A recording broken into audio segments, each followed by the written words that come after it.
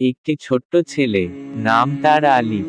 আলিফ মায়ের কাছে এসে প্রশ্ন করে, মা, সবাই সেহরি খাচ্ছে কেন?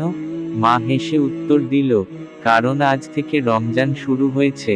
মা বলল, আমরা সবাই রোজা রাখবো আল্লাহর সন্তুষ্টির জন্য। আলিফ উৎসুক চোখে মাকে বলল, আমিও কি রোজা রাখতে পারবো?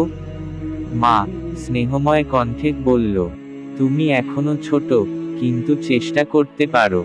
রোজা রাখলে আমরা কষ্টকর সময়ও ধৈর্য শিখি, দরিদ্রদের কষ্ট অনুভব করি, আর আল্লাহ আমাদের গুনাহ মাফ করেন। আলিফ চিন্তায় পড়ে যায়। সে সিদ্ধান্ত নেয় কিছুটা সময়ের জন্য রোজা রাখবে। বেলা বাড়ছে, আলিফ খেলতে গিয়ে ক্লান্ত হয়ে পড়ে। ঘামে ভেজা মুখ নিয়ে সে ফ্রিজের দিকে তাকিয়ে থাকে।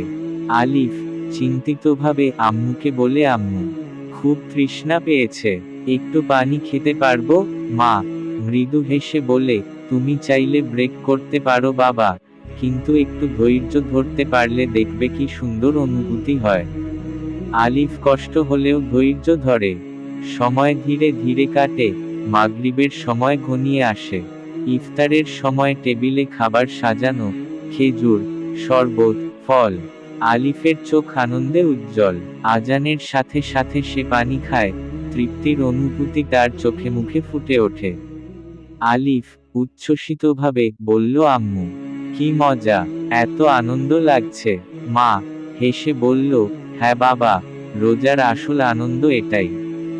আমরা কষ্ট সহ্য করি, ধৈর্য ধরি, আর আল্লাহ আমাদের পুরস্কার দেন। আলিফ মনে মনে সিদ্ধান্ত নেয়, এবার থেকে প্রতিদিন রোজার চেষ্টা করবে। সে তার ছোট ভাইবোনদেরও বলে, তোমরাও চেষ্টা করো, রোজা রাখলে মনে শান্তি আসে। মসজিদের মাইকে তারাবির আজান শোনা যায়। আলিফ ও তার পরিবার খুশিতে মোনাজাত করছে। রমজান শুধু উপোস থাকার নাম নয়, এটি আত্মশুদ্ধি, ধৈর্য ও ভালোবাসার এক মহাসংগ্রাম। আপনি কি এই বছর রোজার অনুভূতি নিতে প্রস্তুত? কমেন্টে জানাবেন।